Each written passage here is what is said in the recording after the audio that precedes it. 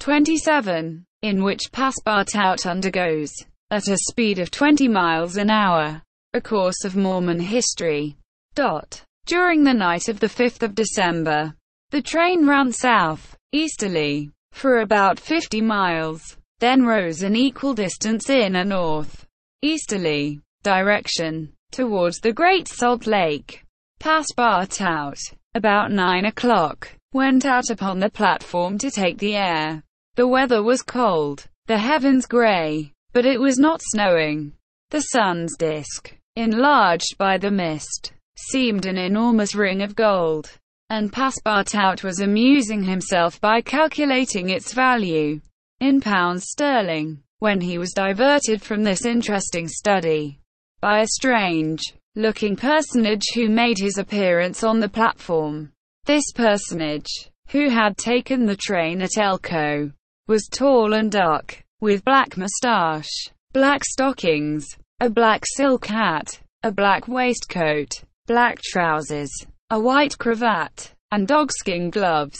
He might have been taken for a clergyman. He went from one end of the train to the other, and affixed to the door of each car a notice written in manuscript. Passepartout approached and read one of these notices, which stated that Elder William Hitch, Mormon missionary, taking advantage of his presence on train No. 48, would deliver a lecture on Mormonism in car No. 117, from 11 to 12 o'clock, and that he invited all who were desirous of being instructed concerning the mysteries of the religion of their Latter-day Saints to attend. "I'll go," said Passepartout to himself. He knew nothing of Mormonism except the custom of polygamy, which is its foundation. The news quickly spread through the train, which contained about 100 passengers, 30 of whom, at most, attracted by the notice, ensconced themselves in car No. 117. Passepartout took one of the front seats. Neither Mr. Fogg nor Fix cared to attend. At the appointed hour, Elder William Hitch rose, and, in an irritated voice, as if he had already been contradicted, said, "I tell you that Joe Smith is a martyr, that his brother Hiram is a martyr, and that the persecutions of the United States government against the prophets will also make a martyr of Brigham Young. Who dares to say the contrary?" No one ventured to gainsay the missionary, whose excited tone contrasted curiously with his naturally calm visage. No doubt his anger arose from the hardships to which the Mormons were actually subjected. The government had just succeeded, with some difficulty, in reducing these independent fanatics to its rule. It had made itself master of Utah, and subjected that territory to the laws of the Union. After imprisoning Brigham Young on a charge of rebellion and polygamy, the disciples of the prophet had since redoubled their efforts, and resisted, by words at least, the authority of Congress. Elder Hitch, as is seen, was trying to make proselytes on the very railway trains. Then, emphasizing his words with his loud voice and frequent gestures, he related the history of the Mormons from biblical times. How that, in Israel, a Mormon prophet of the tribe of Joseph published the annals of the new religion, and bequeathed them to his son Mormon. How, many centuries later, a translation of this precious book, which was written in Egyptian, was made by Joseph Smith, Jr., a Vermont farmer, who revealed himself as a mystical prophet in 1825, and how, in short, the celestial messenger appeared to him in an illuminated forest, and gave him the annals of the Lord. Several of the audience, not being much interested in the missionary's narrative, here left the car, but Elder Hitch, continuing his lecture, related how Smith, Jr., with his father, 2 brothers, and a few disciples, founded the Church of their Latter-day Saints, which adopted not only in America, but in England, Norway and Sweden, and Germany, counts many artisans, as well as men engaged in the liberal professions. Among its members, Howe Colony was established in Ohio. A temple erected there at a cost of $200,000, and a town built at Kirkland. Howe Smith became an enterprising banker, and received from a simple mummy showman a papyrus scroll written by Abraham and several famous Egyptians. The elder's story became somewhat wearisome, and his audience grew gradually less, until it was reduced to 20 passengers. But this did not disconcert the enthusiast, who proceeded with the story of Joseph Smith's bankruptcy in 1837, and how his ruined creditors gave him a coat of tar and feathers. His reappearance, some years afterwards, more honorable and honored than ever, at Independence, Missouri, the chief of a flourishing colony of 3,000 disciples, and his pursuit thence by outraged Gentiles, and retirement into the far west. 10 hearers only were now left, among them honest Passepartout, who was listening with all his ears. Thus he learned that, after long persecutions, Smith reappeared in Illinois, and in 1839 founded a community at Nauvoo, on the Mississippi, numbering 25,000 souls, of which he became mayor, chief justice, and general-in-chief. That he announced himself, in 1843, as a candidate for the presidency of the United States, and that finally, being drawn into ambuscade at Carthage, he was thrown into prison, and assassinated by a band of men, disguised in masks. Passepartout was now the only person left in the car, and the elder, looking him full in the face, reminded him that, 2 years after the assassination of Joseph Smith, the inspired prophet, Brigham Young, his successor, left Nauvoo for the banks of the Great Salt Lake, where, in the midst of that fertile region, directly on the route of the emigrants who crossed Utah on their way to California, the new colony, thanks to the polygamy practiced by the Mormons, had flourished beyond expectations. And this, added Elder William Hitch, this is why the jealousy of Congress has been aroused against us. Why have the soldiers of the Union invaded the soil of Utah? Why has Brigham Young, our chief, been imprisoned, in contempt of all justice? Shall we yield to force? Never. Driven from Vermont, driven from Illinois, driven from Ohio, driven from Missouri, driven from Utah, we shall yet find some independent territory on which to plant our tents. And you, my brother, continued the elder, fixing his angry eyes upon his single auditor, will you not plant yours there, too, under the shadow of our flag? No, replied Passepartout courageously, in his turn retiring from the car, and leaving the elder to preach to vacancy. During the lecture the train had been making good progress, and towards 12:30 it reached the northwest border of the Great Salt Lake.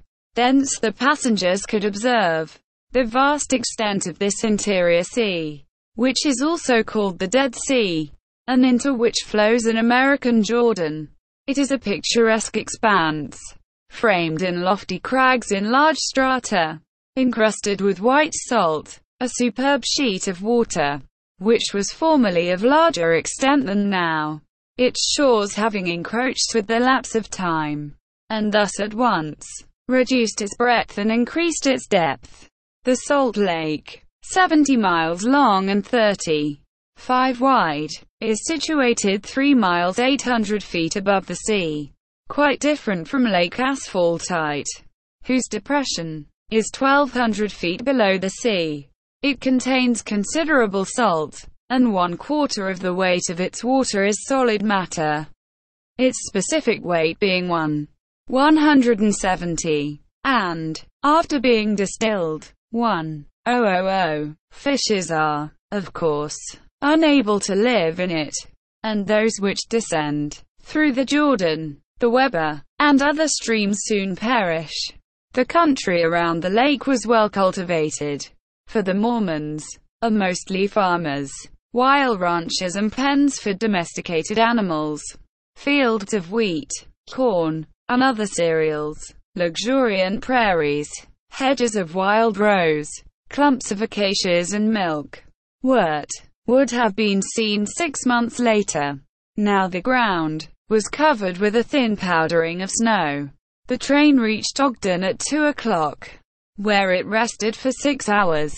Mr. Fogg and his party had time to pay a visit to Salt Lake City, connected with Ogden by a branch road, and they spent 2 hours in this strikingly American town, built on the pattern of other cities of the Union, like a checker board, with the somber sadness of right angles, as Victor Hugo expresses it. The founder of the City of the Saints could not escape from the taste for symmetry which distinguishes the Anglo-Saxons in this strange country, where the people are certainly not up to the level of their institutions.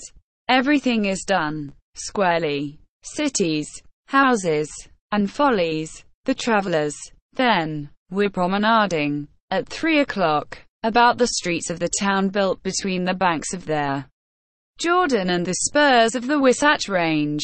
They saw few or no churches, but the prophet's mansion, the court house, and the arsenal, blue brick houses with verandas and porches, surrounded by gardens bordered with acacias, palms, and locusts. A clay and pebble wall, built in 1853, surrounded the town, and in the principal street were the market and several hotels, adorned with pavilions.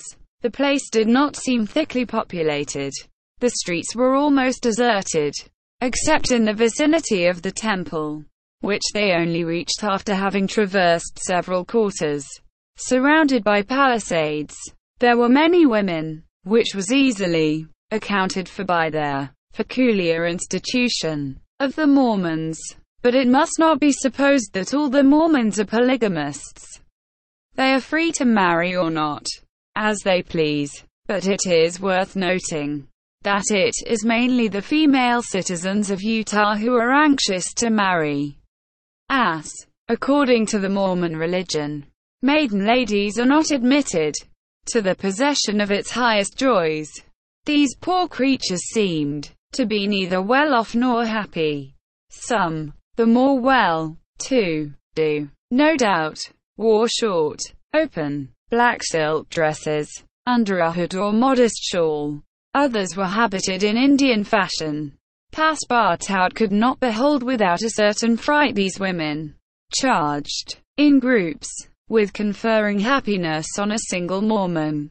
His common sense pitied, above all, the husband. It seemed to him a terrible thing to have to guide so many wives at once across the vicissitudes of life, and to conduct them, as it were, in a body to the Mormon paradise with the prospect of seeing them in the company of the glorious Smith, who doubtless was the chief ornament of that delightful place, to all eternity. He felt decidedly repelled from such a vocation, and he imagined, perhaps he was mistaken, that the fair ones of Salt Lake City cast rather alarming glances on his person. Happily, his stay there was but brief.